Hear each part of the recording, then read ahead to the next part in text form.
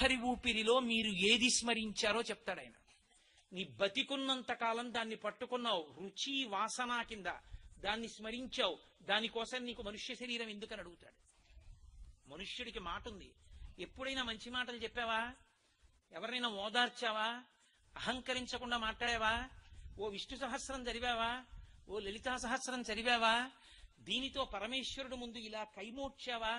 ఎప్పుడైనా ప్రణిపాతం చేసి నేల మీద పడి నమస్కరించావా? ఈ భుజం మీద ఈశ్వరుడి పల్లకి కొమ్ము పెట్టుకున్నావా? ఓ దీనుడి కళ్ళు తుడిచావా? నీకున్నదాన్ని పెట్టి అవతలవాడు అనుభవిస్తుంటే సంతోషంగా నువ్వు చూశావా? ఏమీ లేని దానికి ఎందుకురా నరజన్మ నీకు? షడూర్ములు అనుభవించడానికి ఏ ప్రాణి అయినా చాలు.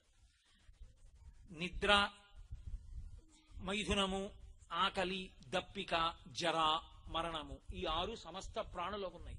కాబట్టి ఆ షడూర్ములు అనుభవించడానికి ఏ ప్రాణి చాలు?